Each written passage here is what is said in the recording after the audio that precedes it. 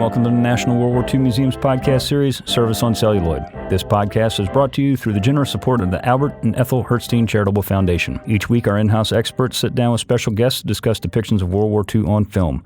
Sit back and get ready for a lively debate that will reveal the good and bad of how Hollywood shows the 20th century's most dramatic event. Just a reminder before we move on, you can now find us on Stitcher. Just navigate over there and search for Service on Celluloid, and you'll find us. My name is Seth Paradin, historian and digital content manager here at the National World War II Museum in New Orleans. And today our special guests are Larry DeCures, museum curator. Hi. Dr. Jason Dawsey, research historian at the Institute for the Study of War and Democracy.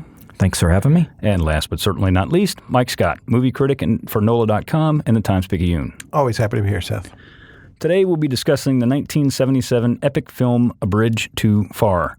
Bridge Too Far covers the ill-fated airborne operation of mid-September 1944, codenamed Market Garden. Designed and planned by British General Bernard Montgomery with the intent to end the war by Christmas by dropping 3 Allied airborne divisions miles behind German lines in Holland in order to open a road across the Rhine River.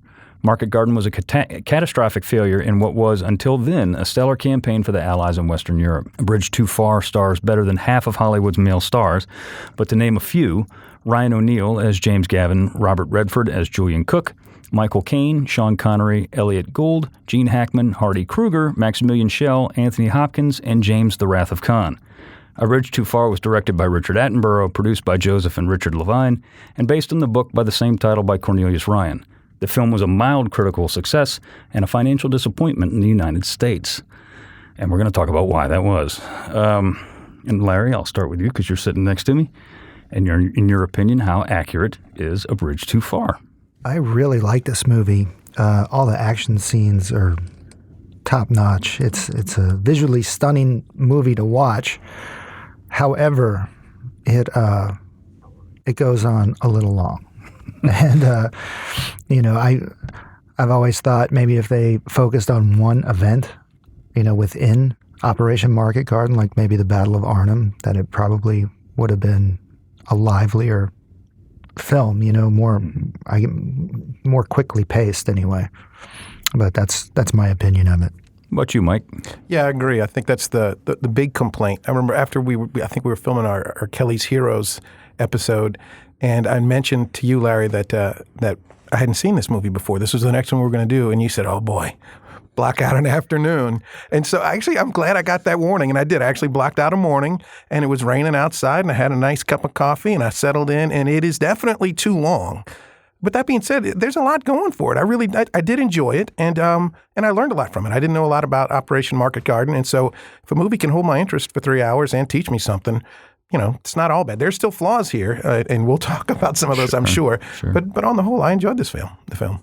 What about you, Jason?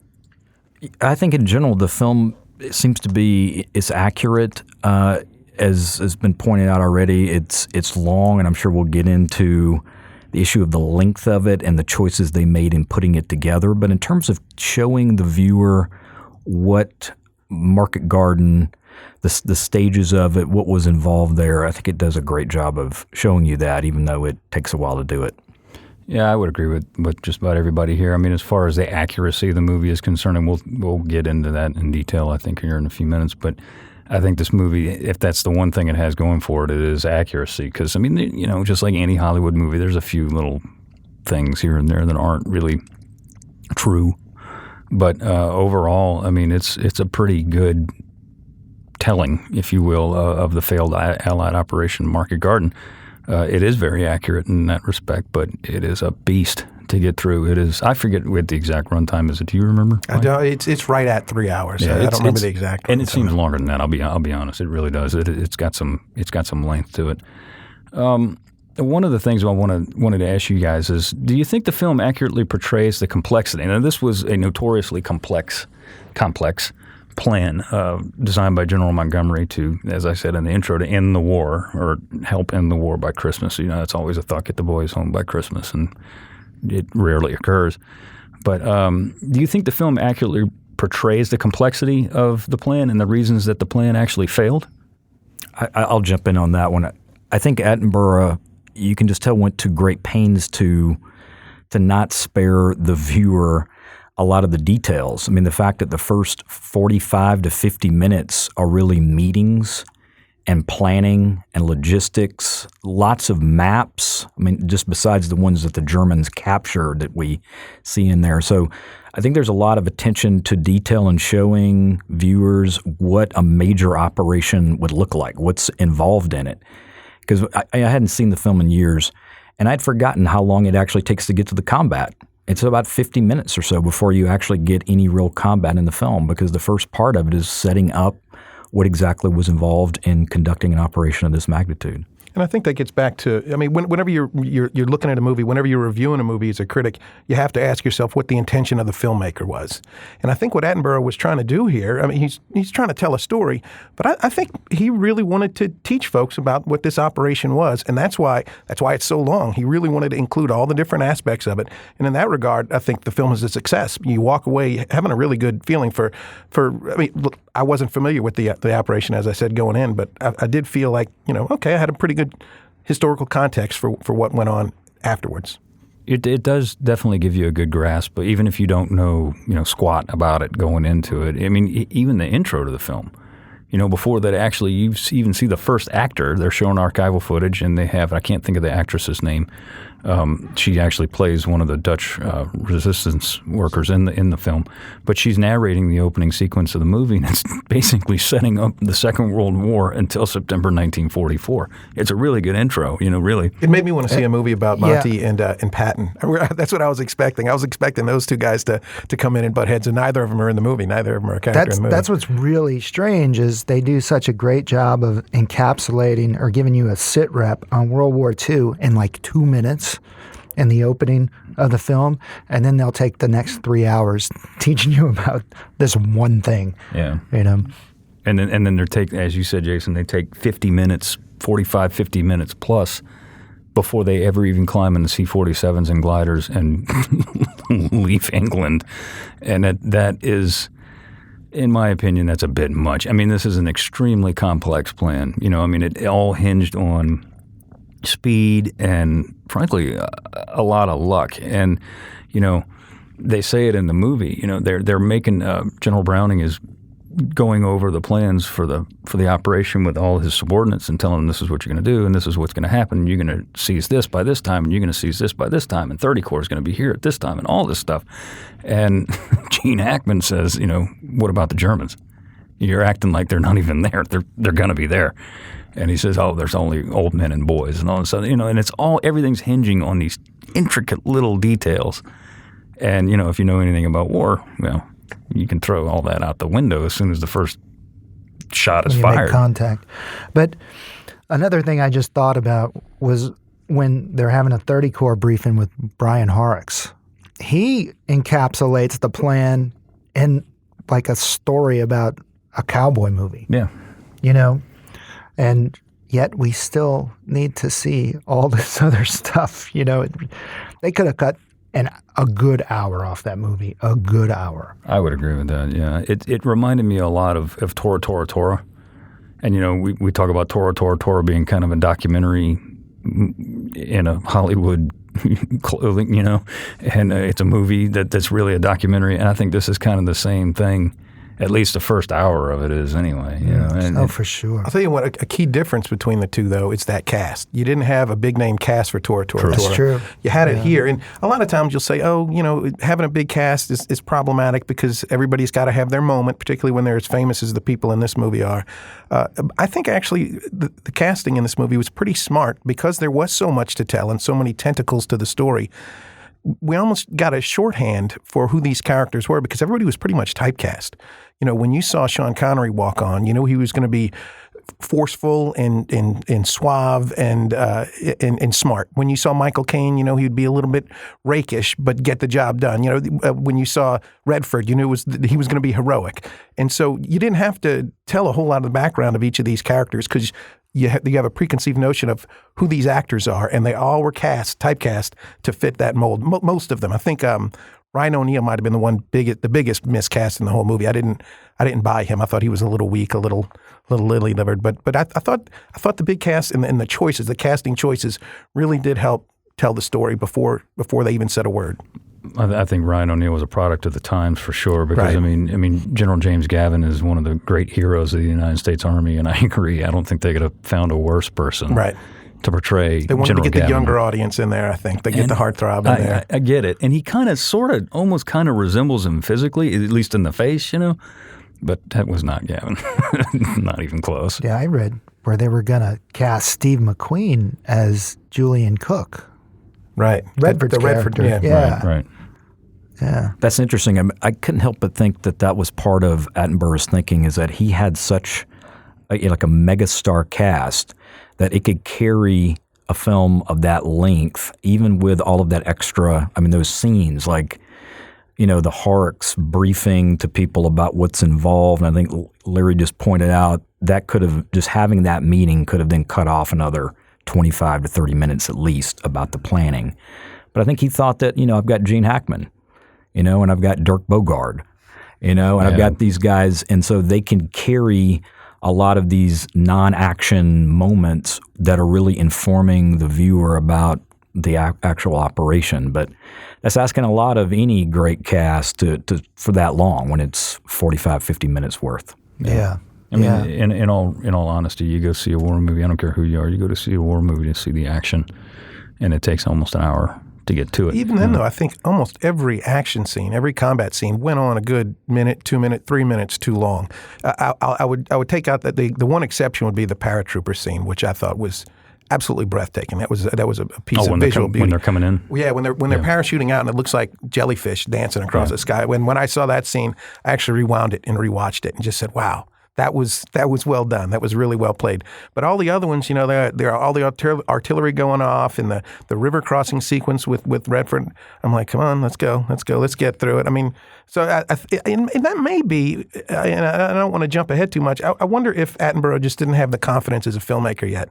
He'd been an actor for a long time and he'd been a producer. This was only his third film and certainly his biggest one. And I wonder if maybe he didn't trust his instincts enough, so he put too much onto the film rather than trust the images to tell the story. Well, now that you brought it up, let's talk about how do you think it conveys the combat experience at Market Garden? I mean, there's a lot of combat in this movie, it's pretty frank. It's pretty bloody. It's pretty stout. Yeah. For its day, I think I'll answer my own question. I do think it does it well. I mean, this is 1977, so you're past the battleground Sands of Iwo Jima combat scenes, which are good for their time, very good for their time, but they would fall flat in 1977. And this is before the brains and intestines of Saving Private Ryan and Fury and things like that. So considering that, it's kind of, it is smack in the middle of those two types of combat portrayals. And I think it's pretty good, for the time. I think it's very good, actually. There's some scenes in there that are kind of cheesy, but I mean, it is what it is. But for the most part, I think it's really good. Yeah, I think we'll probably all have our scenes that we want to bring in here, but I think in terms of that, Mike just mentioned the scene with the drop. It's not so much combat, but the actual seeing the planes drop those guys. You actually roll on the ground with them when they hit. You can tell, obviously, when Gavin lands, the injury that he sustains, from that. That's just an amazing thing to watch. And I think in terms of the actual combat scenes, I think there are two for me that really stand out. One is when that SS unit tries to take the bridge there in Arnhem and Anthony Hopkins' character Frost, his group repels that attack. That's just a remarkable scene to watch. And then a lot of the street fighting in Arnhem that happens later in the film when the Germans are clearly getting the upper hand, and you can just see them level a city, like what that looked like, what urban warfare looked like. And I think for a lot of viewers, that's just not something you often get. I mean, if you've seen Saving Private Ryan, of course you have, but I think at this moment that was really something to depict. What does street warfare, house-to-house warfare look like? And they showed it. They didn't spare any expense either. And I mean, I think you can tell I know they filmed a great deal of this movie in Holland, and some of it they filmed near the actual places, not all of it for reasons of, there were modern buildings and things like that they just couldn't do it. But and obviously it looks like Holland, and if you look at because it is Holland, but if you look at the archival footage that the Germans shot, the Die Deutsche Wochenschau newsreels, the movie looks a lot like that. So you can, at least I think that somebody did their homework, you know. A lot of the scenes you see the Germans moving through somebody's backyard, you know, and lighting people up through the windows of houses and things like that. And that's, you know, it looks a lot like it did in the film. Yeah. I think what really sells this movie is just the amount of military hardware they have in it, like actually dropping 300 paratroopers in a field, you know. And then there's the scene where they're about to step off from the line of departure with Michael Caine and the guy who plays Horrocks. And they're just chatting, but yet they're driving past a column of Sherman tanks. A huge column. A huge column of Sherman tanks. Yeah. And it just makes it so real. You're like, yes, this is actually the military. You know, it's just so much material. It's mind-bending to me. I love the conversations Horrocks is having as he's driving past, shouting out, "Hey, that's great. Yeah, it's that's good great. stuff. Yeah. Right. Hope that's not my funeral they're going to. Oh man! But I'll talk about the combat scenes. The one of the very, well, I guess it would be the first one, not counting the drop, if you want to call that a combat scene, is when 30 Corps steps off. And the Germans in that wood line, oh man, light them up with those barrage getting 75s. walked up on them. Yeah, oh, yeah. That's terrifying. And that artillery, as you said, the artillery coming in, and here comes the airstrike, and it's not the right airplanes, but you know, who cares? It's cool looking. But they made an effort with everything. I mean, those aircraft are AT-6s, but it looks like they tried to make them look like P-47s. And I mean, the explosions that they have, you know, we talked about this in Kelly's Heroes, in the Kelly's Heroes episode, Mike. You and I talked about when they were blowing up the barn. You know, there's no CGI. There's no gas tanks in with a fuse lit to them. And those are real explosions. They are blowing stuff up. Yep. And you can tell. I mean, it looks really, really, That was the only way to good. do it, though. If you wanted to blow something up, you had to blow something up. You weren't going to be able to take care of it in post like you can do nowadays. And man, it looks cool, though. Yeah. It really does. It hits for me. It wins for me. I like the combat scenes in here. Let's talk about the depiction of the Germans. And I mean, this I can't think of any other major World War II movie that actually shows the Germans winning, you know, and this is one where they obviously emerge victorious. But what is your opinion, guys, on the depiction of the opposing force, if you will, in this film? I mean, one thing that I think stands out right away is the fact that not only are you dealing with Germans, I mean, you obviously got the army leadership. You get Rundstedt and Model, and then you get the SS guys that are there, and so you get both really that are presented there. And the fact that the SS in this film, obviously this is something I'm sure we could talk about at some length. I mean, they come across in this film as they're battle hardened, intense, but they don't come across as particularly fanatical or the like. And that is pretty striking, I think, about this film. You know, that we get the kind of Hardy Kruger character, and Hardy Kruger, for just a kind of side point, Hardy Kruger looks like the guy you want playing, you know, a German commander in World War II. I mean, he has the look and the like. And it's also really, I think, worth remembering, we're talking here about the pains that Attenborough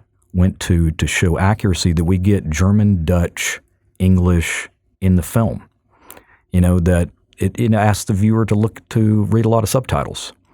And I thought that really added to the film a lot, instead of having everybody speak English for what it's worth. I agree completely. I think it's cool when you have, you know, when you have Germans speaking German and they don't all have British accents and things like that, and these guys don't. You know, the Dutch are speaking Dutch, as you said, and the Germans are speaking German, and it's really cool. And I mean, I think the depiction of the Germans is both good and bad in this film. I think it's good in that they do, like you were saying, Jason, they do show, you know, guys that you don't, unless you're a historian, unless you study either this event or the Wehrmacht or the Waffen-SS or whatever, you don't hear people like Bittrick or Heinz Harmel, which is not the name of the character in the movie that Hardy Kruger plays. I forget what his character's name is. Carl Ludwig, I think. Is that what it is? But it's supposed to be Heinz Harmel. Heinz Harmel, the real Heinz Harmel, actually said, he says, I don't want my name tied to this film. Because they asked him, he was still alive at the time.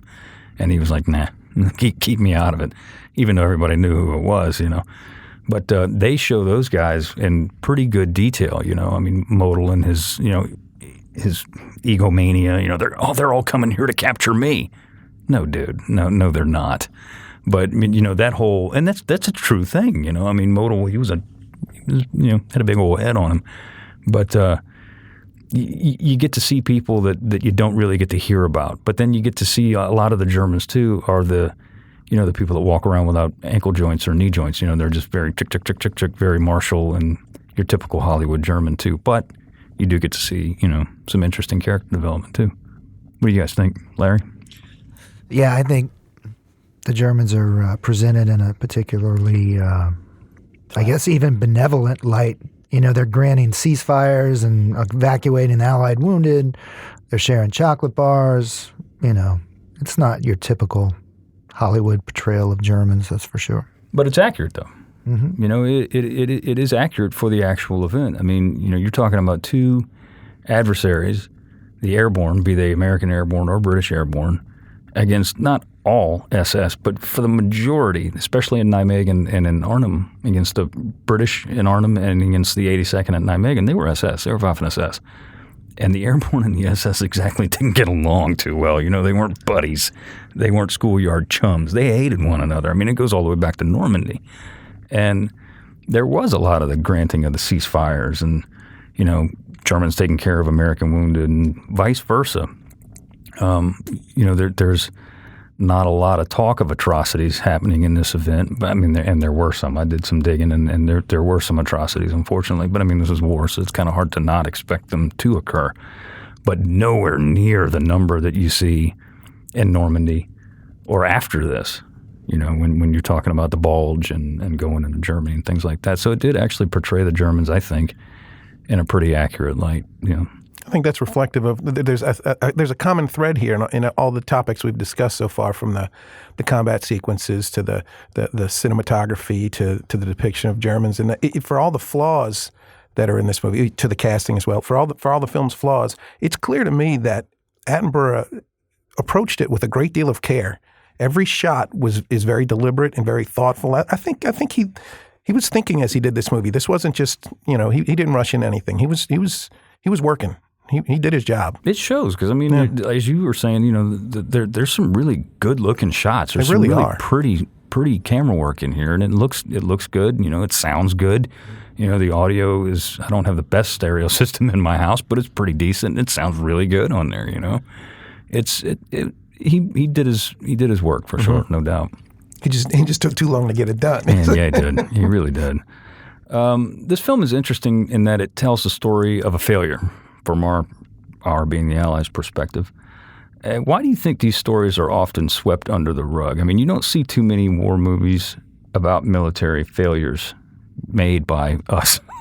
You know, I mean, Toro would be one, but and there's a couple of movies that are made about the fall of the Philippines. You know, like Bataan and or the Hurtgen Forest. Or the Hurtgen Forest, yeah, which is a good movie. When Trumpets Fade. But you don't see too many of those. Why do you guys think that is? Is it simply because people want a happy ending? You know, people want to go to the movies to escape, not to be brought down. I don't know if that's oversimplifying things, but that's how Hollywood thinks. They want to get they want to make movies that people want to go pay to see. And if you leave them with a smile on your face, or on a smile on their face, you get a better chance of drawing a bigger audience. I think there's definitely some truth in that for sure, but you know, I also think I'm a firm believer in history is written by the victors, not the vanquished, and you're not really going to talk about the time you got your behind handed to you because of a foolhardy plan. So I wonder if the question then the better question might be, why did he make this movie? If it's against sort of the trend in Hollywood, what made him decide to tackle this? I think it might have been because it's such a big deal to the British, and he being a Brit, yeah. I mean, Arnhem is like holy ground for you know, the British people. You know, I don't know if you've seen that famous shot of the Beatles. You know, when they're passing through there, they actually get their picture taken in front of the memorial there in Arnhem. But it may be just something as simple as that. Didn't they make a documentary right after the war called Forever is their glory about Man, I don't this. know. You know, the British Airborne at Arnhem, but it's a famous story to them. I mean, it's kind of like the Alamo to them. You know, really. Yeah. I mean, it really is. I mean, these guys were, you know, they were screwed when they went in there. They really were. I mean, they got screwed over, and they held out for what, say 8-10 days. I forget Well, exactly. yeah, they were. I mean, they withdraw on the 9th or 10th day, I believe. Something like that. Yeah, I mean, they were there over a week, just barely, but they held out against some serious odds. They weren't facing, 200 Krauts. They were facing the 9th SS Panzer Division, for crying out loud. And the 10th. What's that? Both, 9th and the 10th, yeah. Yeah, the 10th was more Nijmegen. But regardless, they were facing, some hardcore troops here. They weren't facing old men and boys, as General Browning said in the beginning of the film. They're facing probably, at that time, still the best of the best in the German military. I can see why they lionized these guys, and rightfully so. I mean, anybody who served there and survived, or didn't survive, is certainly worthy of all the praise they can get. But they still don't take into account the fact that it was their General Montgomery, who planned this Shiza show, shall we call it, that did not end very well. Because just to jump in here about Yeah, go ahead. was that it was Cornelius Ryan's last book too. I mean, he died, I think, just a few months after it appeared from cancer in 1974, and obviously The Longest Day had been such an important book and film, and I think Attenborough wanted definitely to capture some of that, the kind of grandeur of the Ryan approach to telling history, and he was willing to look at a case where Britain and the United States suffered a defeat, didn't have a problem criticizing Montgomery for the big mistakes that were made. I couldn't help but wonder, though, especially doing, I think, some of the same reading that Seth was alluding to in his opening remarks about how this didn't do so well in the U.S. And I thought two things. So I'm curious if the rest of you had similar thoughts. Two things is that one is the story is so focused on the British, especially, even though obviously there's a huge American role, but there's so much on the British in there that I thought maybe American audiences weren't that excited about the film, aside from it being 3 hours long.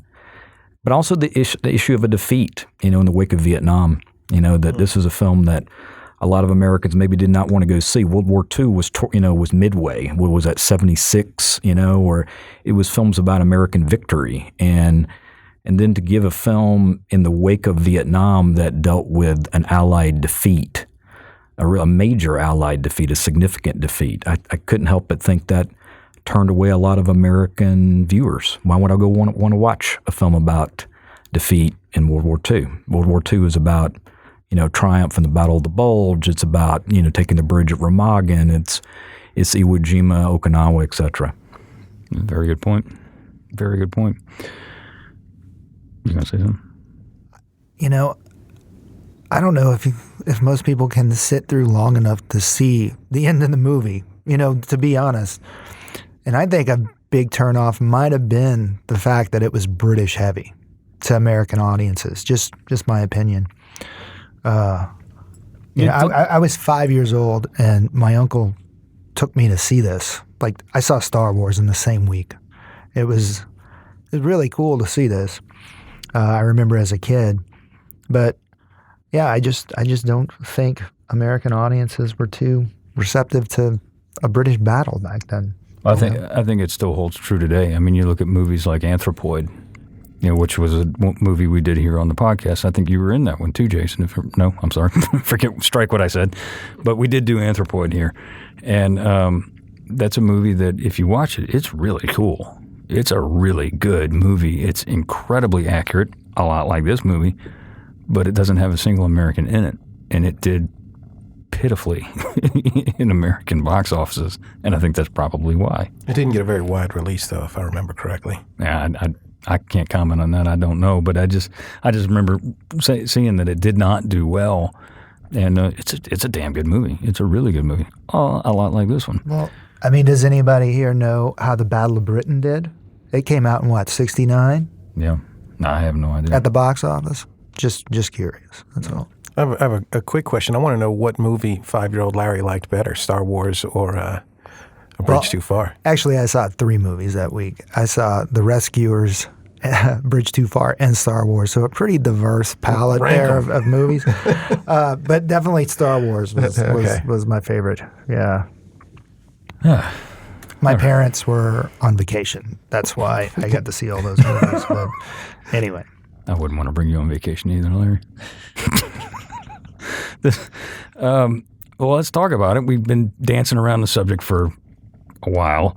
At nearly 3 hours long, is this film too dang long? I mean, I think we all know. Shall we all say it together? Yeah. Yes. 1, 2, 3. Yes.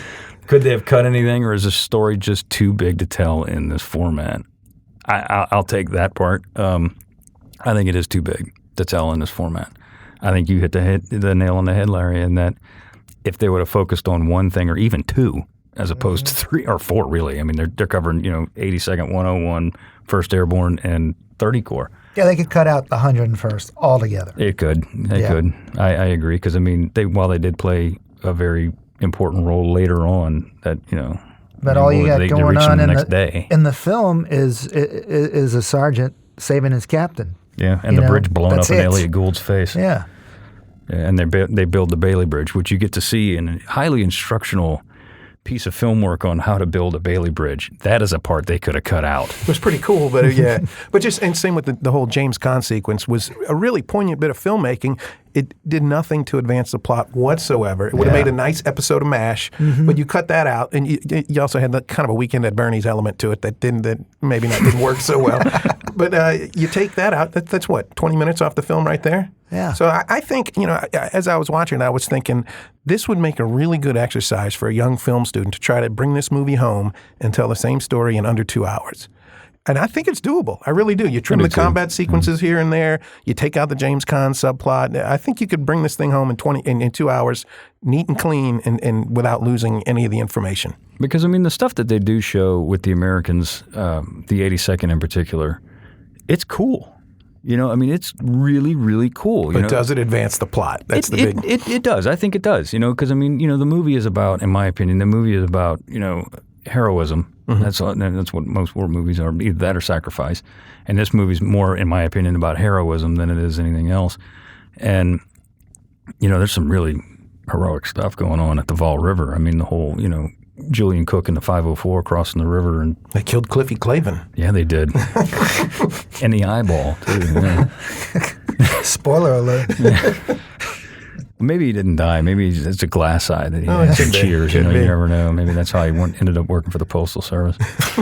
I don't know. But that's why he drinks so much, maybe. That's why. Trying to forget. Yeah, he gets zapped at the Vol River. But that whole scene is, I know you said you felt like it was a little too long. I thought it was cool. That, in my opinion, that's my favorite scene in the movie is the Vol River crossing, because it was just such a hopeless situation. I think what most people walk away from, what they remember if they're watching this film for action, is the Wall River crossing and the battle at Arnhem. And I think that's about it. Those are the 2 big climactic scenes. I mean, is there anything else? I don't think so. There's a few here and there for sure, but I mean, they're building. The whole movie really is building to those 2, 3. You got the Vol River, the German assault across the Arnhem Bridge, and then the crowd's cleaning up Arnhem. And they're, going, like you were saying, going house to house to house to house to house and just cleaning them out. Those are the 3 big scenes that I think that the movie builds up to. But yeah, there's quite a bit that they could have cut out of this sucker and tightened it up for sure. And not lost anything. I don't think so. Yeah. I don't think you might have gained something for viewership. Watchability? Yeah. I did a lot of reading over the past few days about this movie being sometimes seen as a sequel to The Longest Day, and that's natural because it was written. They were both written, the books, by Cornelius Ryan. Longest Day was Cornelius Ryan. Bridge Too Far was Cornelius Ryan. Longest Day had a huge all-star cast. Probably not as big as this one, though. I don't know, Mike. What do you think about that? I thought it's similar. Yeah, I guess you're right. I guess this one probably was a little bit bigger. There's a lot more bigger names, top-heavy guys in this. And I mean, the Duke was in The Longest Day, and I think it's the difference between 12, 13 years in Mitchum, Hollywood. Mitchum's in there too. You got. You had famous people back then. Sure, but then you got to.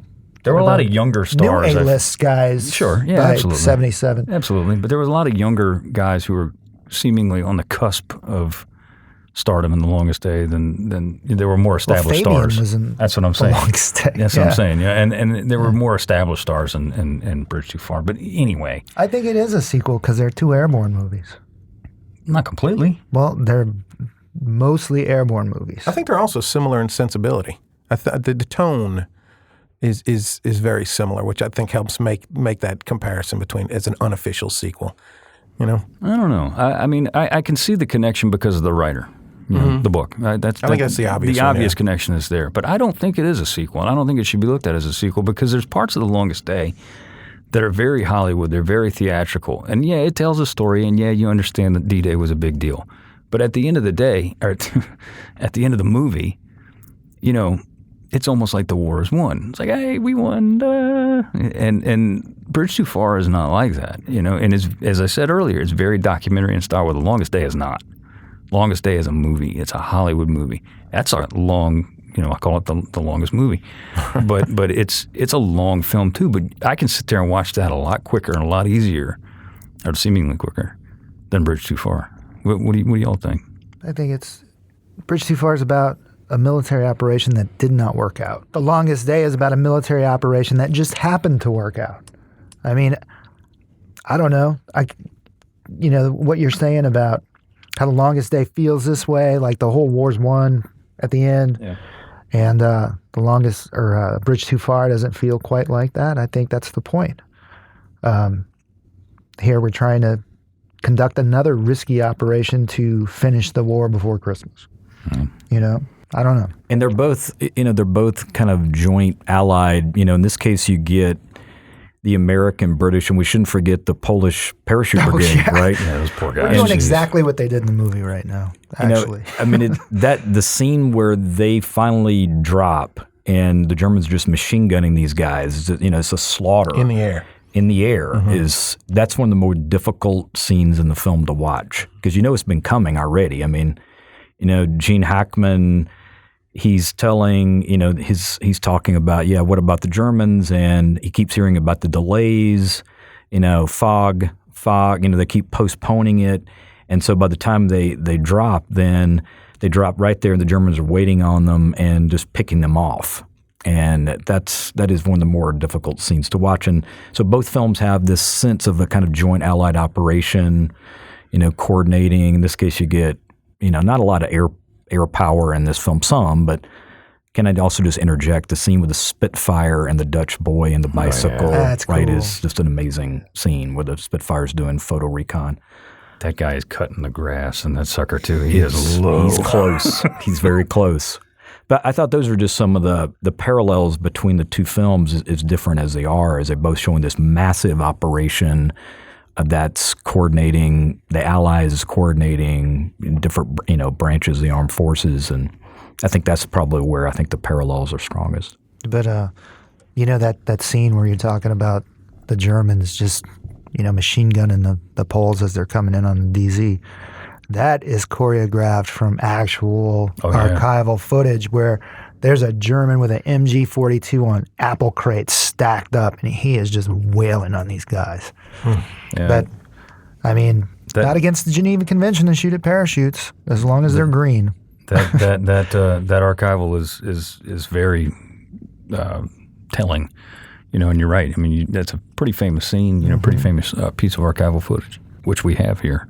And it's not just that. You know, if you watch that footage all the way through, there's some German down there with a camera, and he's shooting that. And, you know, and there's another guy right next to the guy with the 42, and he's got a Bren gun. I wonder where he got that.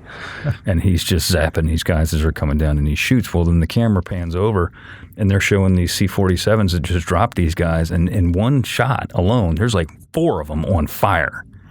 And they're just going down at various stages, various altitudes. I mean, the Germans are just kicking their ass. I mean, they are just pounding these guys.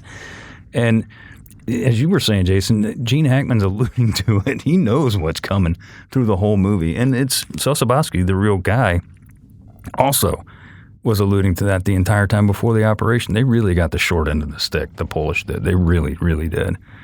They got screwed. There was in a operation where a lot of people got screwed over. They probably got it the worst, frankly. On a related but much lighter note, can we talk about Gene Hackman's accent? Oh, man, it's bad. But did that come and go a little bit? And was that a Polish accent? What was going on there? I don't know what that was. And what are the Germans? Yeah, I'm not really sure what that was, and I like Gene Hackman. But, Fantastic actor. Yeah. But he made some choices here. Well, the 70s represented a shift in filmmaking from the old studio tradition to, quote, new Hollywood, unquote. How is that visible here? And Mike, I'm looking at you. Yeah, I'll tell you, I think when you look at it, this movie is a spectacle. It's a grand spectacle, and I think Attenborough had that in mind when the gliders are first taken off. That's another great scene. There are a lot. We talked before about the cinematography. This is like an old. It's got a feel of an old studio system film. It's a big kind of spectacle, an epic, cast of thousands. At the same time, you're getting that combat violence that you're not going to get in the studio system. And that's more of a product of the 70s. You saw it around 1967, 1968, 1969, you started to see a shift, like with Bonnie and Clyde, where violence started to get a lot more raw, a lot more real. And that really can change the tone of a film. And so you see that here as well. So this feels like a movie, kind of a hybrid between the two. A movie born of someone who was brought up in the older system, but released at a time and absorbing the newer sensibilities. I think it's a pretty interesting movie for that, just to look at it from that standpoint. Yeah. Anybody else? No? Mike's our resident expert on that for sure. Well, we talked about the cast briefly, and I named, an eighth of them when we did the intro here. But it has a huge cast, big name cast. Are there arguably too many stars in this? And I have my answer, but I want to hear what you guys think. What do y'all think? I don't think so, actually. I didn't mind that at all. I thought it was really something to see where you had these major actors play such small parts. And the one I think I'll bring up is Laurence Olivier. I mean, it's Laurence Olivier. And I don't know how many lines he actually has in the movie, but it's not that many. And there's a couple of scenes where he doesn't say a word. He simply doesn't say a word. Yeah. He's walking through and looking at the wreckage, at the devastation. He's weeping, but he doesn't speak any lines at all. He's still acting, though, boy. But he's great, mm-hmm. And the fact that the film ends with that, such a poignant scene with them leaving. It's Liv Ullmann, I think, right? That that's her. They're leaving, and so you see the people who live there, what they're going to have to deal with this defeat. That liberation hasn't come yet, not yet. And so they're leaving, and you can see all the ruin that's been wrought in the battle. And so I didn't mind that at all, that some of these actors have such small parts, even though I agree with Mike that, like, James Caine I thought was probably the most dispensable, and I like James Caine, but I thought that those scenes probably were the ones they could have cut. But I figured like Olivier, who would just come in and do maybe 5 scenes or so, and again, a couple of those didn't have a single spoken line. Well, look at Robert Redford. Yeah. He was a huge star of that day, and he played Julian Cook, who's in real life was an incredibly rough, tough human being, and he's in that one scene. I think he just shot for like a day or two, right? Yeah. He's in the Fall River crossing scene. That's it. Well, I don't think there are too many big stars. I think the bigger problem is maybe there's too many characters. I would agree with that. As I alluded to earlier, I think having stars play the characters is good because you know what you're getting because they were so typecast. You know what you were getting. So I think having the big stars was actually a smart idea if you're going to have that many characters. But I think you just need to get rid of a bunch of the characters. I agree with that, and I think that goes back to the length. I mean, you don't. It's expected that you know who these people are. It's expected that you know who General James Gavin is, or you know who Julian Cook is, who most people, unless you were in the 82nd World War II, you don't know the hell who Julian Cook is. But you sure know Robert Redford. You do know Robert Redford, for sure. But I think it goes back to the point that it was trying to tell too many stories at one time, like you were saying, Larry, and then it's just too dang long. And if they cut some scenes out, and as you were saying, Mike, cut some people out, it still kept, Sean Connery. I mean, General Urquhart is, he's a very important character in the actual event, and Sean Connery does a pretty good job in this film. He's good. I think it would have been a lot more watchable. One of the things I did want to talk about is Dirk Bogarde. He plays General Browning, Boy Browning, as he was called. He is a very unlikable human being in this movie. He's an arrogant, stuck-up snob, really. And if you know anything about General Browning, he played General Browning very, very well. And he was a very unlikable person in real life. What do you guys think? I mean, he doesn't – we talk about all these big names, and Bogart is one that we don't necessarily bring up when you're talking about Sean Connery or James Caan or whoever. And I don't know, is that a good thing or is that a bad thing? What do you guys – and why do you think that is? I think Attenborough may have been using him as instead of putting Montgomery in the film, right, and crapping all over Britain's national hero. Let's just use this guy as the person you want to direct all your hate towards. What's the line he says at the end? It's 90% successful or something like that? Yeah, I think I always did think we were going a bridge too far or something like that. Which is such a lie because he was so behind the whole plan the entire time in the movie and historically. He was, if General Montgomery would have stopped short, General Browning would have been right up in there, if you know what I mean. And I mean, he was all about Montgomery's plan from the beginning of the movie to the very end, where he even said, "Oh, well, I always thought we tried to go a bridge too far." Baloney. If you had done that, maybe you could have spoken up and saved a lot of people's lives. And he didn't do that. And I agree with you, Larry. And I didn't think about that until you uttered the first word, and I was like, I don't know where you're going with this. And it's true, Montgomery was and still is a huge British national hero. They love him. He's their Patton. And not quite, but I mean, it's what they think. And Browning was not liked during the war, and he was not liked after the war. And I think that comes through in Bogart. And I agree. I think he's the scapegoat.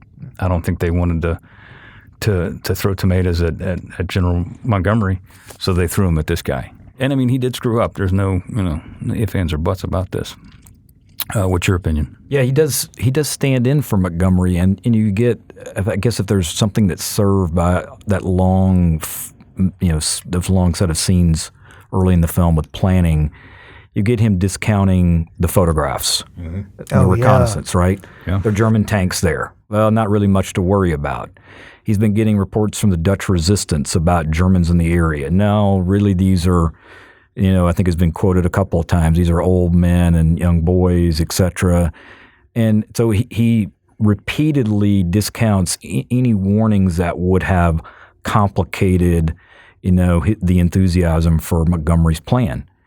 And of course, that sets up then at the end the kind of this sort of dismissive remark. I thought that we went a bridge too far, right? We were 90% successful, echoing Montgomery. But I think he does. I think he stands in and he gets the punches that Montgomery, gets to dodge. I mean, Montgomery, of course, is brought up, but he's not actually depicted in the film.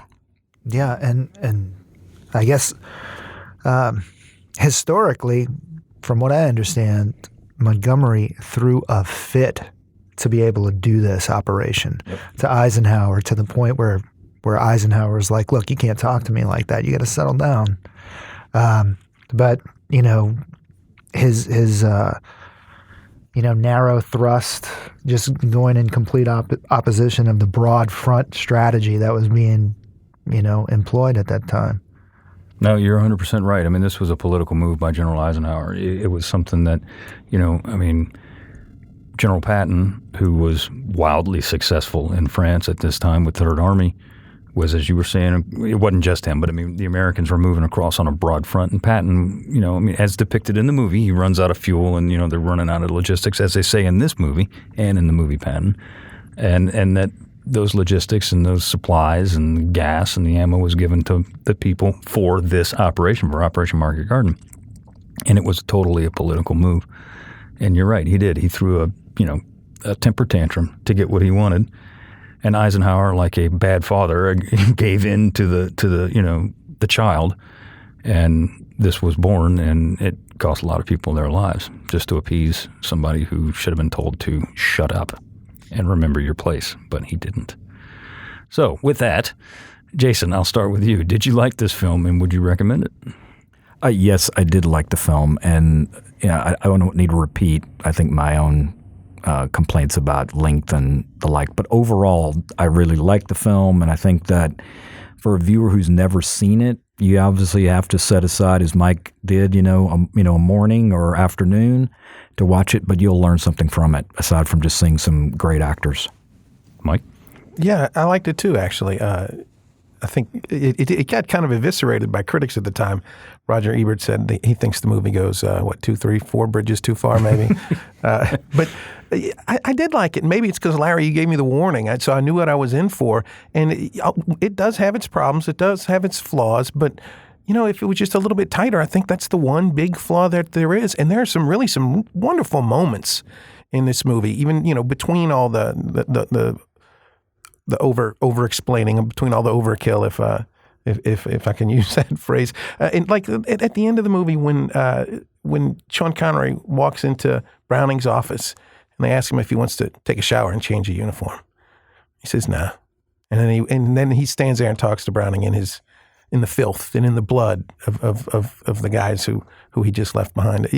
There are just all these little moments like that in the movie that really I found to be profound and moving and thoughtful and educational. So yeah, it's got its problems, but I did enjoy it, and I would not only would I recommend it, I think I'm going to probably watch it again. This is a movie I can see myself watching again. What about you, Larry? Well, I think it's just a gorgeous movie to watch, and I like it. Yeah, it's like we all said, it's a little long, but you can. That's what I guess DVRs are for. You can just pop on the part you want to watch. Yeah, I agree. I like this movie. Not to parrot what everybody here said, but yeah, it's too dang long. But it is a good flick. I'm not gonna go out of my way to pull it out of the cabinet and pop it in the DVD player. But if it's on TV, it's like one of those flicks that when it's on TV, if I see it, I'm probably gonna turn it on. What's a DVD player? Well, that's how I have it, Larry. but it's a good it's a good film. It's pretty. It's accurate as all get out. And that's something we kind of talked about when we generally go into a little more detail on some of the other episodes about accuracy and what is and what isn't. But there's really a tremendous amount of historical accuracy in this film, a lot of it, and frankly. As long as it is, they leave a lot of stuff out too. You can't tell the whole story. You're talking an operation with 35,000 people. It's a lot of stories to tell. There's a tremendous amount of stories to tell. So there's a lot they leave out, and because there's no way they could have put. Hell, you could make a 10-hour miniseries on Market Garden if you really wanted to, and that would be good. But I do like this movie, and yeah, I would absolutely recommend it. If you don't know anything about Operation Market Garden and you want to find out, pop it in and watch it because you're going to learn something. It's a good movie. It really is. Can you sum it up in a sentence or two? Jason?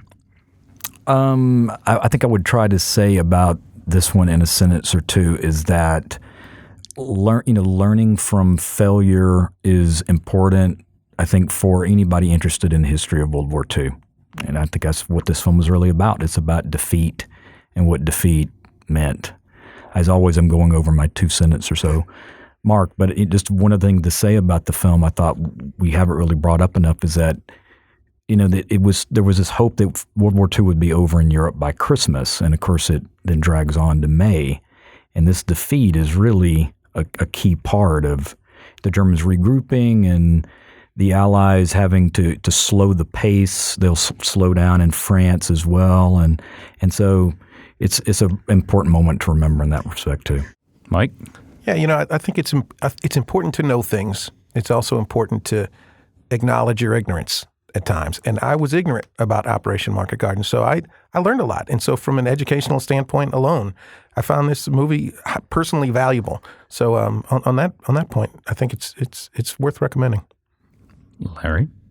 Lots of military hardware that's real. And even where a more modern piece of equipment stood in for, say, a German Panther tank, effort was taken to try and make it look correct. So I find movies with all this real military hardware to be fascinating. It's something you'll never see again, that's for sure. So that's why I like it. Yeah, I'll try and sum it up, and I generally pull a quote or two from the movie, but there's a lot of quotes in this movie, so it's going to be very difficult to do, so I probably won't. But I'll agree with everybody here. It's an educational film that is at times very entertaining, and it does teach you something, and you do leave the film having learned more if you didn't already know about it. And With that, I'll wrap it up, and I want to say thanks so much for listening. If you'd like to hear more about the events we discussed today, listen to our mini episode next week, where we will share oral histories from those who were there. You can follow us on Facebook, Instagram, and Twitter at Service on Celluloid. You can now find Service on Celluloid on Stitcher as well as iTunes and SoundCloud. Do us a favor and be sure to rate and review us on iTunes if you like what you hear. I'd like to thank everyone who made this podcast possible, our producer, Tessa Jager, and our sound engineer, Jeremy Burson. This has been a production of the National World War II Museum.